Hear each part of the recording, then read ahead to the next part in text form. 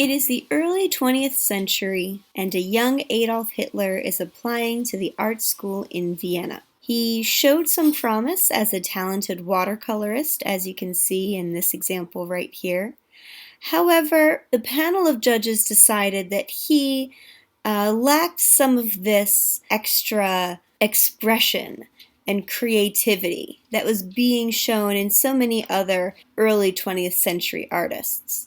Instead of allowing in Adolf Hitler, the same year that he applied, Egon Schiele, the artist that we discussed in the beginning of chapter 32, got in. This experimental expressionist showed more promise in exploring the potential of what the art world was becoming, the avant-garde and the new, rather than the school of linear perspective and naturalistic shading. One of the other artists who got into the art school in Vienna the same year as Egon Schiele was overheard to have said, "Imagine how different the world would have been if Hitler had been accepted into art school and I would have been rejected. I would have run the world quite differently and Adolf Hitler could not have done the damage that he did." This experience of being rejected from the art school had long-lasting effects on Adolf Hitler and his approach to the world of art. He had a very set idea of what constituted good art, and he decided to use his position of power, once he was able to get into a position of power, to enforce those ideals. The art world was dramatically and forever changed after World War II, and while I do not pretend that the effect on the art world is the worst thing that Adolf Hitler did while he was in power, it is a very important aspect to learn about whenever you're discussing European history, but especially when we're looking at European art. You're going to see complete cities destroyed. You're going to see prominent art collectors and patrons' families destroyed or uprooted. You're going to see artwork gathered into courtyards and set on fire when Adolf Hitler decided that they were no good. Medieval churches and monasteries bombed as they were used for strategic holding cells during the war by both sides. And the systematic looting, both public and private collections throughout Europe by Adolf Hitler as he tried to amass a collection of artwork that he deemed acceptable. During the earlier years of Adolf Hitler's rise to power, he put on a show in Germany called Degenerate Art, or Entartete Kunst in German. It featured the artworks of many prominent expressionist painters, like the ones who got into art school when Hitler was rejected. He was obviously still feeling a bit salty about it. Featured very prominently were works by Egon Schiele, as well as many contemporaries like Emil Nolde, and a lot of Dadaist artists, which is what you can actually see in this photograph. Adolf Hitler did not like modern art. He did not like expressionist art. He believed that the artist could not see color properly. He believed that it did not look like it took any skill to create. He liked artwork like the old Dutch masters or the Renaissance.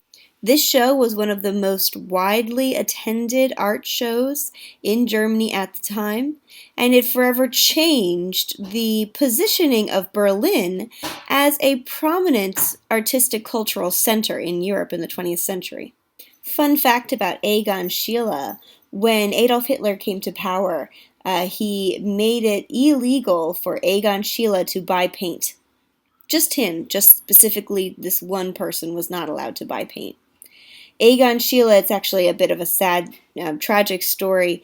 He eventually tries to regain some of his popularity and position in society by joining the Nazi movement, but he was never fully, quote-unquote, forgiven by Adolf Hitler, and eventually he did commit suicide. This is a photograph of Raphael's painting Portrait of a Young Man, and it's all we have that is left of this painting. This artwork belonged to a private collection, the Czartoryski family, and was put on display in their museum in Poland. When the Germans invaded Poland, this and many other artworks of the Czartoryskis were seized. The family themselves had fled, but their artwork was seized. Some of it went into the office of the new German ruler of this city. Some of it went into the private collections of Adolf Hitler, and some, like this one, was never found, which is why we're looking at a colored photograph of it. Additionally, when we talk about the destruction of during World War II, we have to think about architecture and these cities that were completely leveled. This is a photograph of Warsaw, the Polish city, after it was bombed during World War II.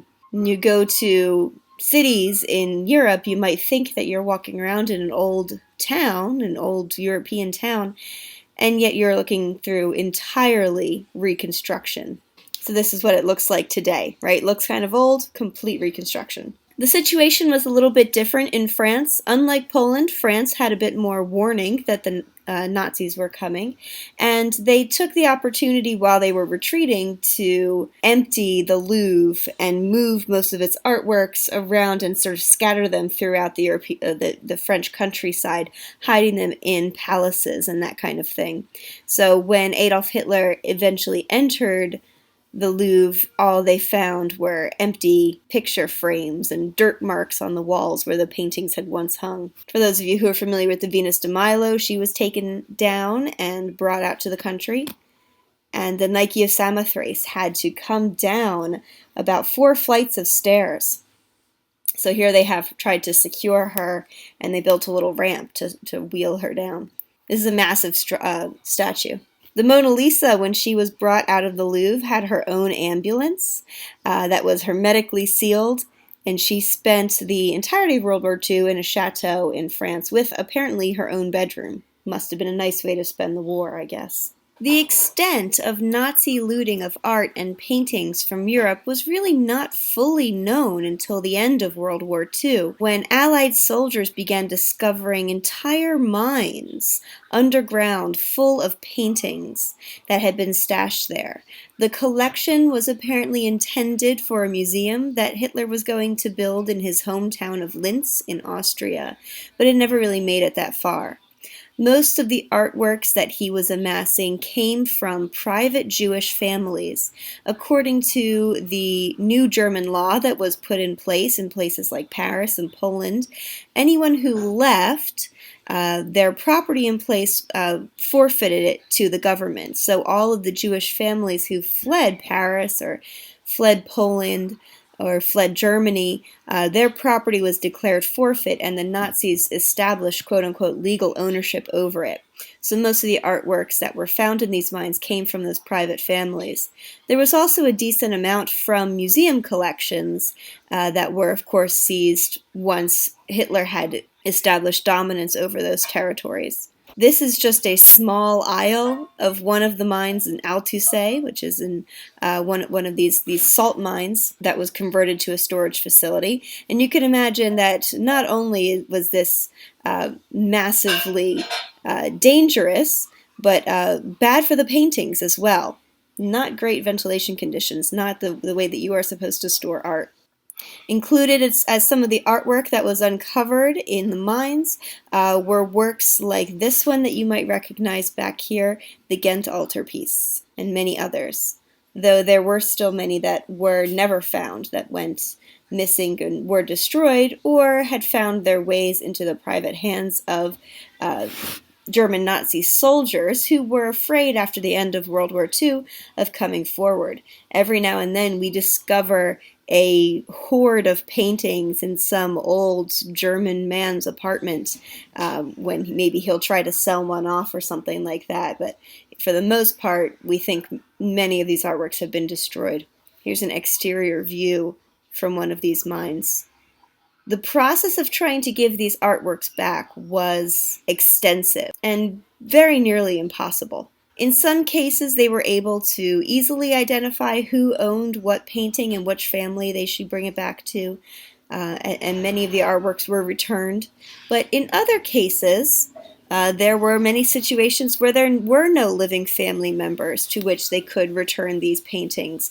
Many of them were given back to the government, the national government of the country that those families had originally belonged to, and have now ended up in museums. Still others have ended up in bitter legal battles. This portrait of Adele Bloch-Bauer, a Viennese Jew who was living in Vienna before the outbreak of World War II, was the subject of much controversy of repatriation. This painting was seized by the Nazis during World War II as the family of the Bloch-Bauers had fled.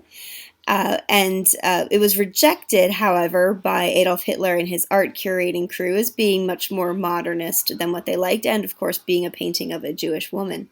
So it was given to the Viennese Museum, which is where it stood for many years after World War II, until a family member of Adele Bloch-Bauer, a descendant of Adele Bloch-Bauer, took the Museum of Vienna to court. This painting was returned to her and is now on display in New York City. There was an interesting movie made up about this painting in particular, and a very interesting movie about the entire art recovery mission during World War II called Monuments Men, if you're interested in a sort of historical fiction movie about World War II and art.